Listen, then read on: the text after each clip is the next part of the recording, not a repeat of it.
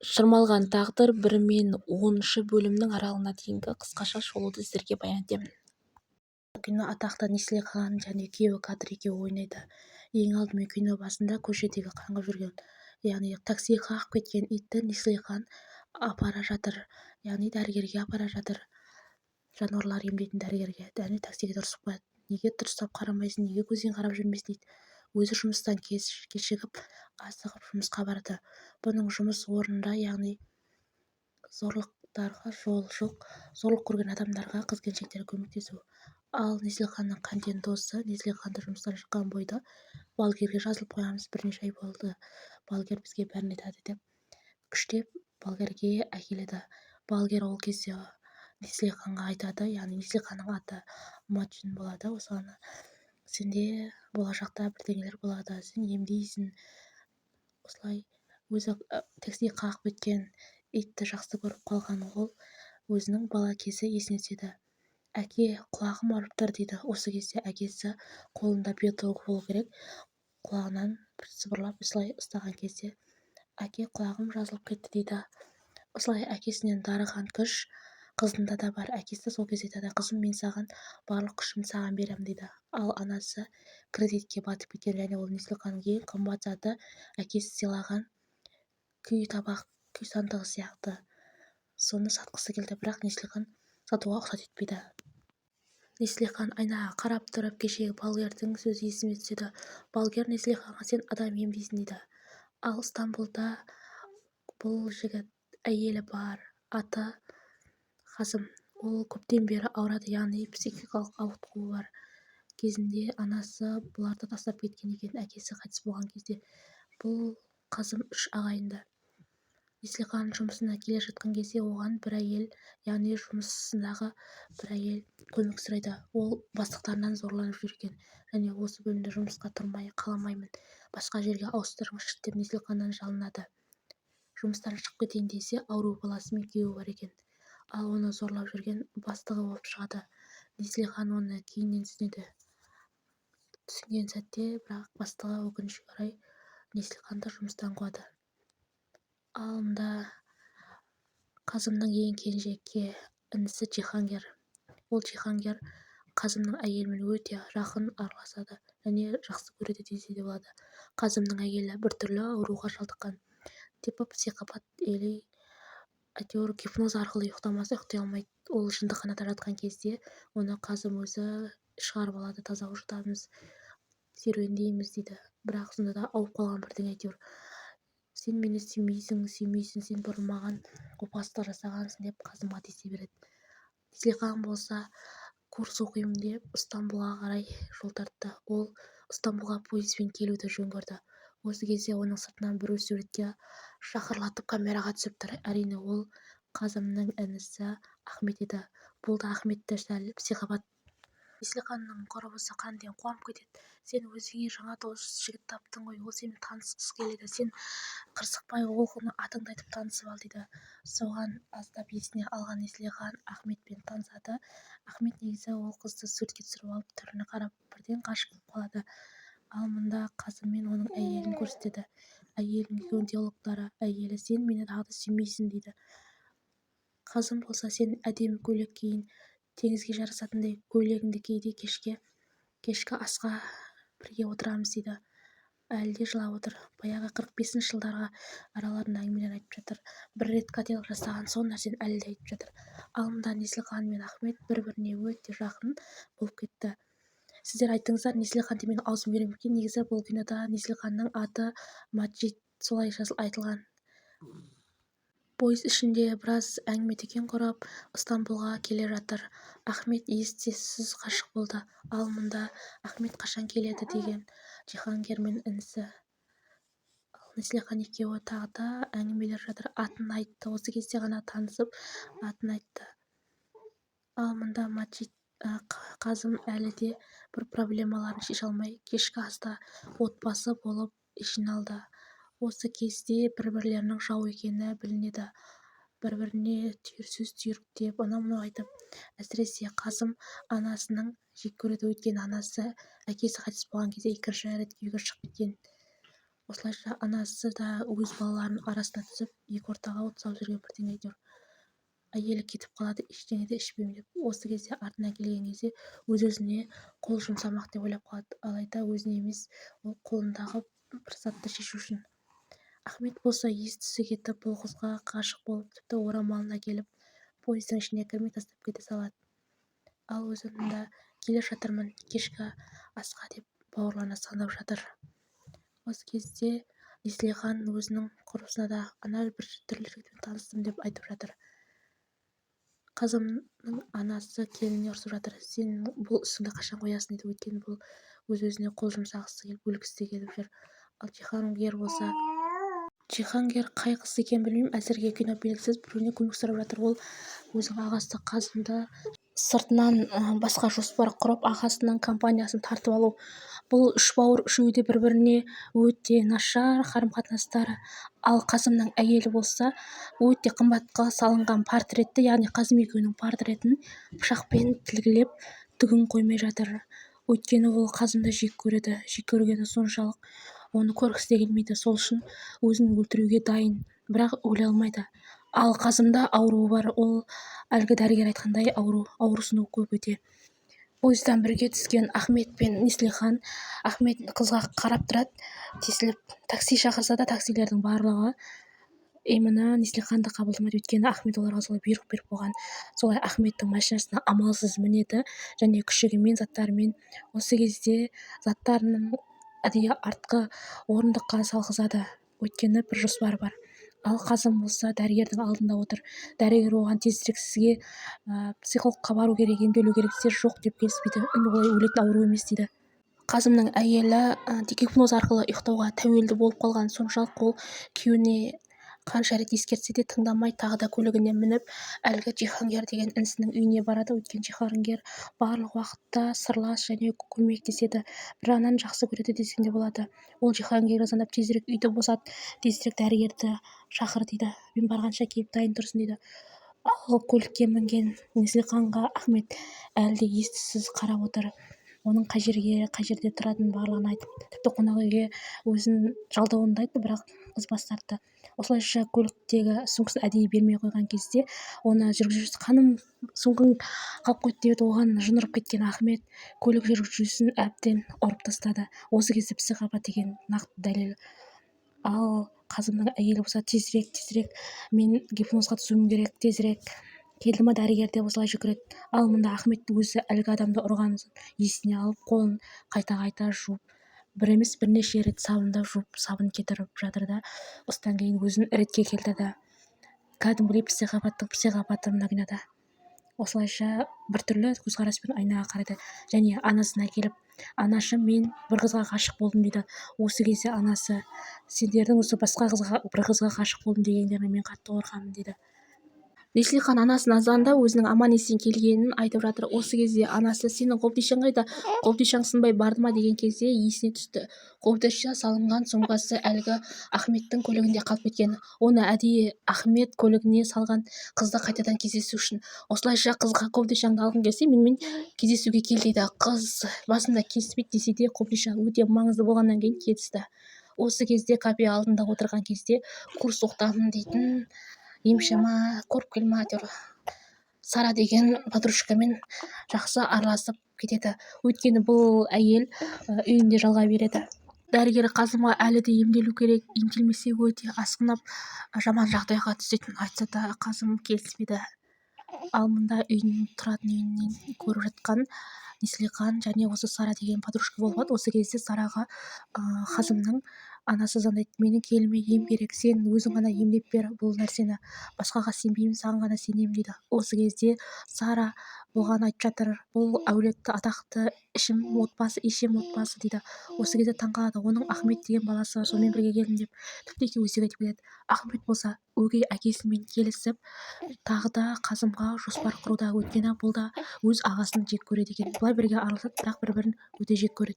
Әйелінің ізінен еріп келген Қазым, "Ол қайда? Кәне тауып бер" деп айқайлайды Жиһангерге. "Мен саған сендім ғой, неге сен маған ұқсат бересің" дейді. Ол әйелінің гипноз арқылы ғана ұйықтайтынын білетін. Содан кейін ол жертөледегі Жиһангердің жертөлесінде әйелінің гипнозбен ұйықтап жатқан бейнесін көреді және қасына келіп, сен бұл нәрсені қоюың керек, бұл азаптан құтылуың керек. Және дәрігерге сенің аты жөнің кім дейді. Солай звондайды да оны жұмыстан шығарып жібер дейді. Осылайша әйелінің кесірінен бір адам жұмыстан шығып кетті. Содан кейін Жиһангер оған құшақтап, әйелінің бетін сипап, жеңгесінің бетін сипап, мен бұл адамнан сені құтқарамын, сен керексің дейді. Жиһангер, әлі сен тірі болуың керек, мен қасымнан әлі кегімді алуым керек дейді. Осы кезде өгей әкесінің қызы Қазымға келеді, сен туралы біреулер жоспар құрып жатыр деп айтып қояды. Ал мұнда досы Неслиханның Стамбулдағы көшелер күндерің қалай өтті деп сұрап жатыр. Стамбул өте керемет, маған ұнады деп досымен сөйлескен. Әйелімен оңаша қалған Қазым, сенің емделу үшін Швейцарияға баруың керек, біз жаңа өмір бастаймыз. Сол кезде әйелі, жоқ, мен сенімен жаңа өмір бастамаймын, өйткені мен сені ұнатпаймын, сен мені сүймейсің дейді. Мүлде камера қойып аңдиды. Ахмет бидің жасап жүрген жұмысы өте қатаң.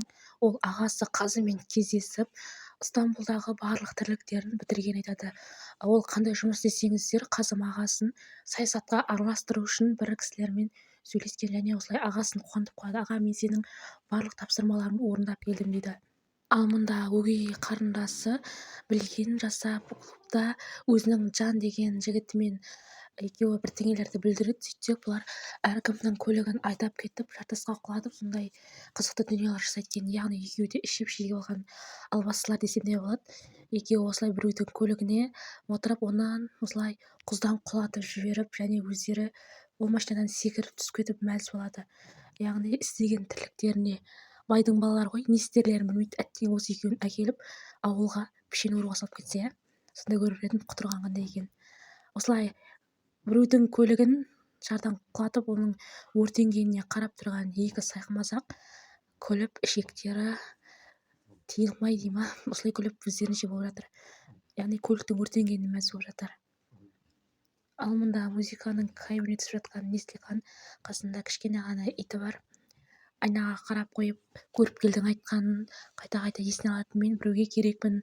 Осылайша өзінің әдеттегідей шырағын тұтатып, сабыр ет, қайырымен берсін дейді. Ал мұнда Неслиханның ғашық болып жүрген, өмірде күйеуі болса, кинода ғашық болып жүрген әйелі бар, бала-шағасы бар. Баласы жоқ әйел ғана бар. Қазым осылай дәрігерге келеді, мені емдеулерің керек дейді.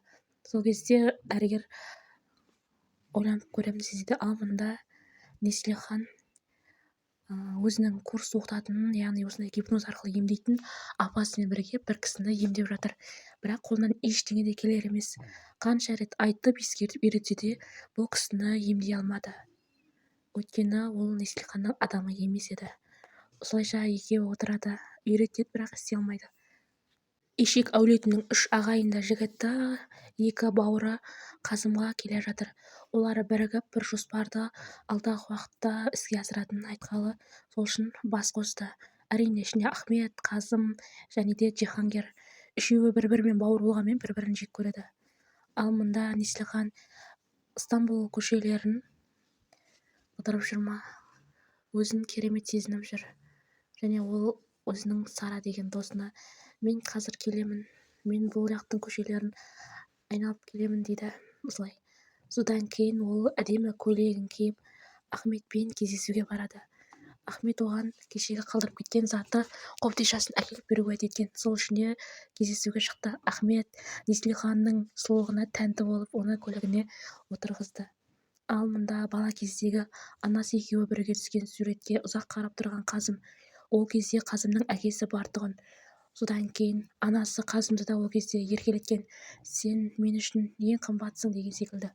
Ал мұнда Неслихан мен Ахмет кездесіп отыр. Олардың алғашқы кездесуі. Негізі Неслиханның шын аты кинода Мәджит болады. Сол Мәджит деп атайды. Просто мен аузым үйреніп қалғандағыдай деп келейін. Неслихан деп не айтып отырсыңдар деген секілді сұрақтарым болса. Осылайша екеуі кездесіп, әңгімелесіп, өткен-кеткендерін айтып, бұрын-соңды ешқандай сүйіктілері болмағанын айтып, Стамбул теңіздің жағасында керемет мейрамханада отырған кезде оған ала көзбен қараған Ахметтің жиенімін дейді. Бірақ Ахметке ғашық, бұрындар араларында бірдеңе болған. Сонда да білдіртпейді, қасында күйеуі бар. Олар танысып, о, Ахмет, сенің қызың бар ма еді деген секілді. Ал мұнда жүрегі қысып ауырған Қазым ол лифтіге кіреді. Лифтіге кіріп жүйке жүйесі дұрыс болмауына байланысты бастапқы белгілері байқалып жатыр. Табаны қысады, ауа жетпейді. Осылай қиналып жатқан кезде Маджид, яғни Несілхан, осы лифтіге кіріп және өзінің алғаш рет адам емдей алатынын дәлелдемек болады. Осылайша ол Қазымның қолынан ұстап, сенде бәрі дұрыс, мен саған көмектесемін, сен жақсы адамсың, сен еш жерің ауырмайды деп, осылай бір секундта өзінің сөздерімен, гипнозбен арбап, ақыры емдеп алады. Ал қолынан ұстап тұрған кезде Ахмет келіп қалады. Одан кейін Сара, сен білесің ба, мен бүгін бір адамды емдедім деп айқайлайды. Менің қолымнан келеді деп бүкіл көшені басына көтереді. Сонда Сара, сенің есің дұрыс па қыз? Жаймен айтсаң да, ақырын айтсаң да естен деді ғой. Бірақ Несілхан өзінің қуанышын жасыра алмайды. Ал мында душта түсіп ойланып тұрған Қазым, ол бағанағы өзін емдеген қызға айтқан сөздеріне таң қалады және оның сөздерін қайта есіне түсіріп, мен қалайша аурудан айығып кеттім деп таңғалды. Әйелі жатады, әйелі не күтіп жатқанын да білмеймін. Осы кезде қасына Қазым келеді. Екеуінің аралары өте суық, бір-бірін сүймейтінін осы бастапқы бірінші сериясынан бастап-ақ білуге болады.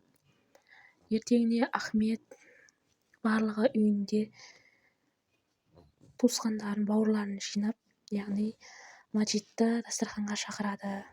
Қазымның әйелі де өте әдемі көйлегін киіп, Джихангбермен сөйлесіп отырады. Осы жерден сырттарынан Қазым тек бақылайды, жағына бақылап тұрады. Өйткені араларына түскісі келмейді, екеуінің бір-біріне жақындығын сезеді. Ал мұнда Маджид өзінің массаж йогасымен айналысып жатыр. Стамбулда осылай көрсетіп жатыр. Және осындай кезде қайта Ахмет қоңырау шалады қызға. Қайдасың деген секілді. Бірақ қыз жауап беруге кейін жауап берексетін болады. Жалғыз өзі көшелерді аралап жүрген кезде қасына Қазым жолығады. Сен мұнда жүрсің, кеше сен мені емдегенсің, рахмет, саған рахметімді айта алмап едім деп. Маджид болса өзінің ескі әуен шығаратын аспабын сатқысы келеді, бір жана жөндеткісі келеді. Бірақ оның өз бағасына емес, өте арзан бағаға алатын айтқан кезде ашуланып шығып кетеді. Осы кезде Ахмет тағы да қоңырау шалады. Қайдасың? Мен сені күтіп отырмын дейді. Осылайша екеуі кездесуге баратын болады. Әрине ертеңгі кезде үйіне келгеннен кейін тағы да Маджид ойланып қалады және айнаға қарайды, өзінің адам емдегенін қолына есіне түсіреді. Ертеңгі күні барлығы Маджидті үйінде күтіп отырады. Ахметтің қызы ретінде, өйткені Маджид осы жігітпен жүрген, мен оны емдейтін шығармын, көріп келе айтты деп осы жігітке байланып қалады. Ахметтің бұндағы мақсаты үйіне келген кезде Несілханның, яғни Маджидтің үйіне камера орнату еді. Сол үшін де әдейі өзінің үйіне шақырады қонаққа, ұзақ уақыт үйінде ұстау үшін. Бастырған басында танысады, бары түртпектеп, тіпті Маджидті жақтырмайды, кедей жерден шыққансың деген, тіпті мамандығын естігенде де жақтырмайды. Мұндай мамандық бола ма екен деген секілді. Сонда да Маджид ештеңе білдіртпей тыныш тұрады. Ал мұндалардың барлығы, тіпті мынау жиенім деген Несілханның өткен өмірін инстаграмдағы парақшасын қарайды. Бірақ ол жерде ештеңе де көре алмайды. Ал екеуі осылай сөйлесіп тұрған кезде үйіндегілер камера орнатып сонда қайта қарайды. Сондай осылай Маджидтен арырақ кетіп, олармен телефон арқылы сөйлеседі. Сол кезде Қазым да келеді. Сен бұл қызды неге Стамбулдағы ең керемет теңіз алқабын қыдыртпайсың дейді. Или қорқама дейді. Жоқ, мен қорықпаймын деп осы кезде Ахметті тастап алғаш рет оңаша Қазыммен бірге кетіп қалады. Екеуінің арасында осындай байланыс болады, бірақ екеуі де әзірге білмейді. Осылай Стамбулдың ең керемет жерлерін бір-біріне қарап қойып, алғаш рет сезімдері ашылады. Бірақ әдетте айтқанда екеуі де білмейді. Ахмет қызғанып қалады, десе де үйіне камера орнату үшін үндемей тұрады. Осылайша Несілханның бөлмесіне барлық камерасын қойып, ендігі мақсаты Несілханды аңду, ешкіммен кездеспеу керек ол үшін. Інісінің қызын қызғанып немесе ғашық болған Қазым туралы айтылады. Қазым інісіне ол қыз кетіп қалды, енді ол қызды іздемейді. Алайда ол қызды теңіз ортасына апарып, менің ініме жолыма, сен оны сүймейсің, әулетімізде жолаушы болма дейді.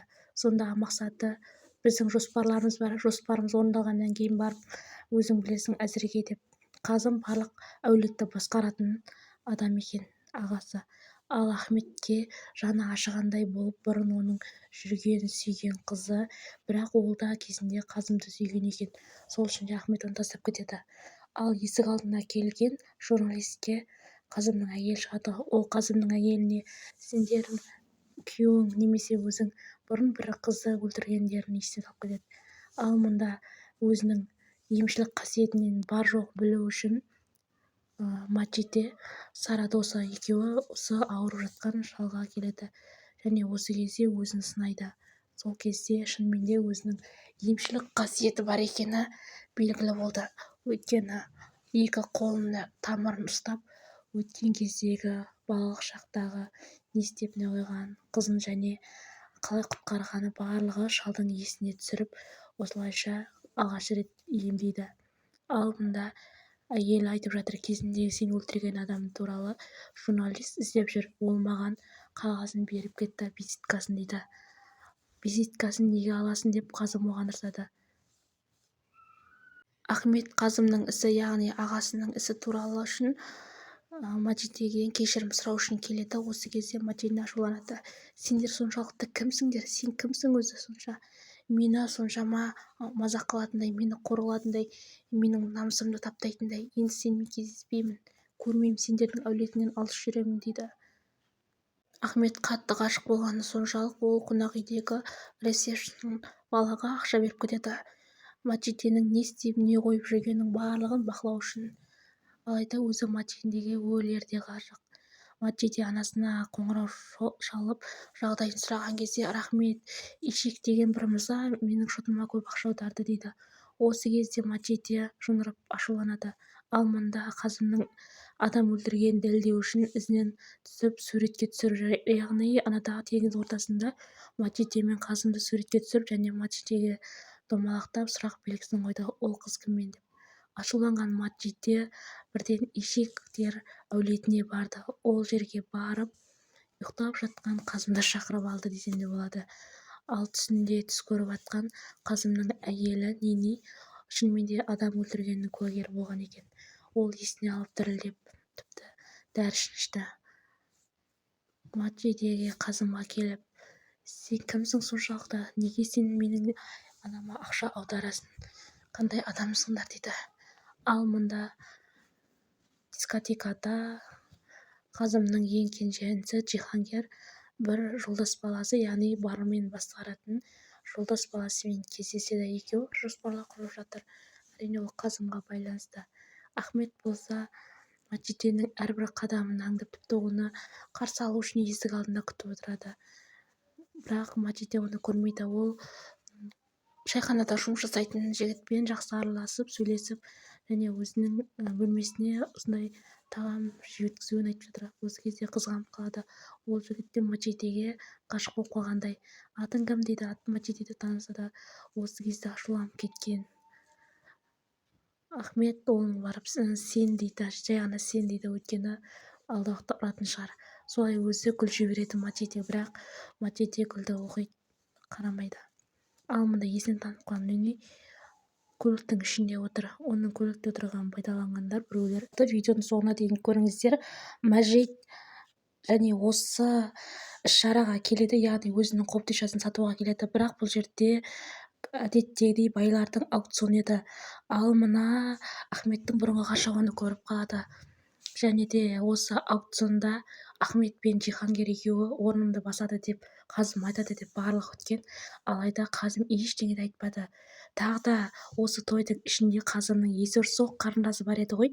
Ол жігіті екеуі осылай от қояды, әдейі барлық ұйымдастырады. Содан кейін түтіннің арасында қалған Қазымды құтқарамын деген Мачит өзі сол түтіннің арасында қалып қояды. Осы кезде Қазым ол қызды құтқарып және түтіннің арасынан алып шығады. Ол есін білмей тұрған кезде Қазымның құтқарғанын біледі. Көк түтіннің арасынан екеуі ғана жарқ етіп шығады. Осыдан кейін өзін құтқарған Қазым екенін біліп, оған алғысын айтады. Ахмет Мачиттің осы аукционға келгенін енді ғана біледі. Сен мұнда не істеп жүрсің дейді. Содан кейін қызғаныштан іші өртеніп, ол Мачиттің үйін аңдиды, қойып қойған камера. Осы кезде қобдишасын ұмытып кеткенін еске салып Қазым әкеп береді. Ахмет жынданып кетеді, Зайда ол еркектің тек аяғын ғана көрген болатын, қандай еркек келді деп. Осы кезде рахметін айту үшін абайсызда құшағына алады Қазым да оны кетар емес. Осылайша екеуінің махаббаттары осы кезде жанады, бірақ білдіртпейді. Барлығы үшін рахмет. Не үшін құшақтағанымды өзім де білмеймін, бірақ сенің бойыңда бір ерекше қабілет бар, мен оны ауруы бар, мен оны емдей аламын деп бұл жерде Маджид айтады. Ахмет болса жүгіріп ол үйге қандай еркек келгенін білу үшін асығып жүгіріп келеді де және ресепшннен мына еркек кім, ол менің сүйген қызыма кім келді дейді. Қазымның әйелі ол ойланып жатыр, ол әлі де өзінің сыртынан журналист аңдып жүргенін біледі. Осыдан кейін ол звондап рахмет анадағы көмегің үшін деп міндетті түрде рахметін айту үшін кір машинада кірлерін жууға келген Маджидке звондайды. Сен маған көп көмектестің деді. Өйткені Нинаға Маджид көмектесіп ауруын емдеуге біраз тырысқаны алдыңғы бөлімде көрсетілген. Қатты қорқады, өйткені өлген адам үстіне құлағаны әлі есінен кетпейді.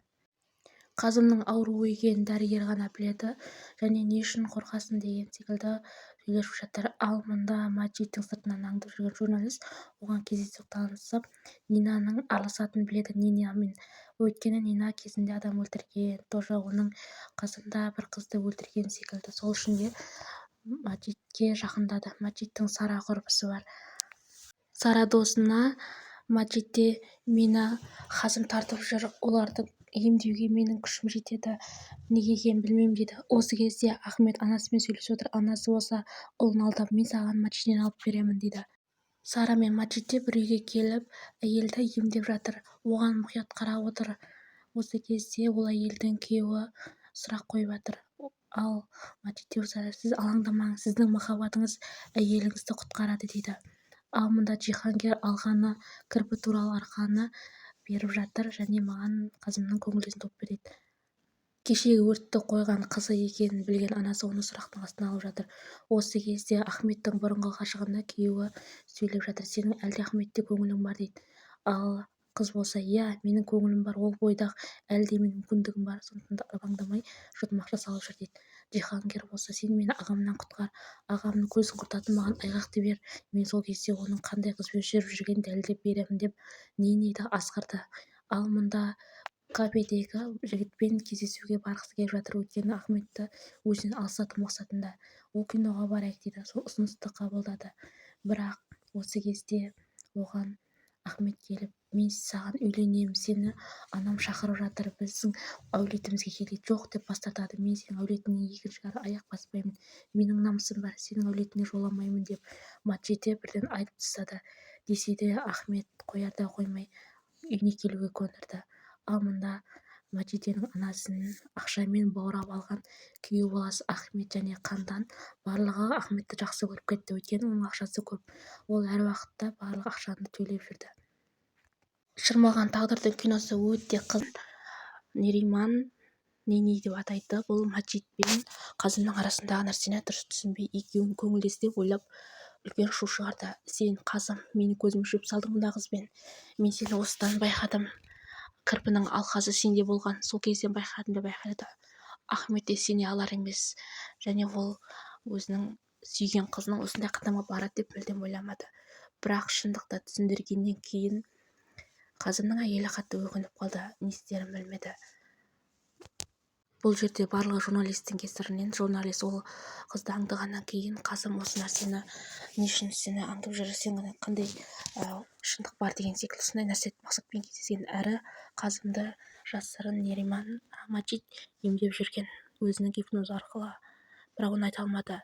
Десе де осы жерде өзінің біреудің көңілдесі ретінде көрген Ахметке қатты ашуланған Маджид қатты ренжіді және солай өзі бөлек кетіп қалып теңіз жағасына барып ренжіп қатты жылады.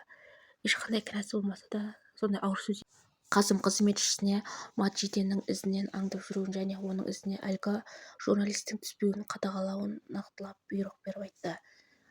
Маджиде болса әлі де қайғырып жатыр. Ол үйіне келгеннен кейін бөлмесінде есігінің алдында карточка тастап кеткен, яғни ол карточканы журналист тастап кеткен.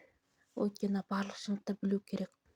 Мачете әлі де сенбей жүр, не үшін екен. Одан кейін үйінде телефондағы Galaxy барлығын өшірген Нини киімдерін жинап бір жерге асығып қашып бара жатыр. Және ол Мачетеге келді. Мен сенімен соңғы рет кездесемін, кеше құлағым үшін кешір деп оған бір сыйлық қобдишасын берді. Және де Мачетенің итін үйден шығарып жіберіп, Мачетенің телефонын ала тұрайын, мен телефоным қалып қойыпты деп өтірік айтып, Мачетенің телефонына бір құрылғылы нәрсені орнатты. Әзірге белгісіз. Айнаның алдында тұрған Қазым дәріге жазып берген дәріні ішпейтін болды, және ол енді ішпеймін деп туалетке төгіп жіберді дәрілердің барлығын. Содан кейін бөлмесіне келген кезде әйелінің кетіп қалғанын көріп, және ол хат жазып кеткен: мені еш уақытта іздеме, енді мен келмеймін дейді.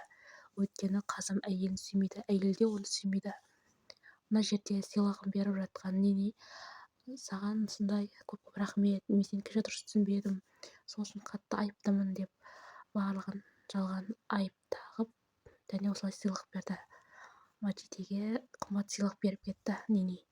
Ахмет жұмыс барысымен бір жерге кеткелі жатыр. Әлде бұл тағы бір жоспар ма? Өйткені алдағы бөлімде Мачете жоғалып кетеді. Мачетенің ізінен аңдып жүрген Ахмет, тағы да Ахмет туралы айтатын боламын. Ол Ахмет Мачетеге қырындап жүрген кафедегі жұмыс шайтасушы жігітті оңбай соққы жасап кетеді. Бірақ бұл Ахметтің ісі екенін айта алмайды. Мачете осы Қазымнан көреді, десе де ол жігіт ештеңе айтпайды. Солай больницадан шыққаннан кейін оның артынан Ахмет келеді. Мачете, кешірші, кеше қылығым үшін мен қатты ұялып тұрмын, кешірім өтініп сұраймын дейді. Бірақ кешірмеді. Десе де үйіне барғаннан кейін қайта телефондағы камерадан қарап, одан Мачетеге 45 рет SMS жазады, бірақ өшіреді. Осылайша есі ауған, нағыз есі ауған, бірақ Ахмет не істерін білмей отырады. Ал мұнда анасына қоңырау соққан Мачете: қанде қайда, мен қандені ала алмай жүрмін, сен өзің тыныш жүрсің бе, ешқандай құмар ойынға араласпай жүрсің бе деп анасын тағы да тергеп жатыр. Десе де анасы ешқандай құмар ойынға араласпағанын айтты.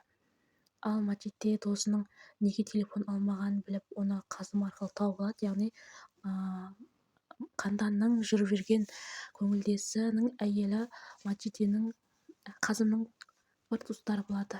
Осы жерде айтады: сені Бинат жақсы көрмейді, бұл жерден кет, сен әлі көңілдесі болып жүрсің, ол әйелің еш уақытта ажыраспайды, мен сені жақсы көремін Қанден, бұлай болмайды. Десе де Қанден: шаруаң болмасын, Бинат мені жақсы көреді, ол мен үшін бәріне баруға даяр, мен еш уақытта тастатпаймын, ол мені сүйеді, мен де оны сүйемін, олар әйелімен ажырасты дейді. Бірақ әйелі осы жерде келіп қалған шығарады. Жалғасы бар.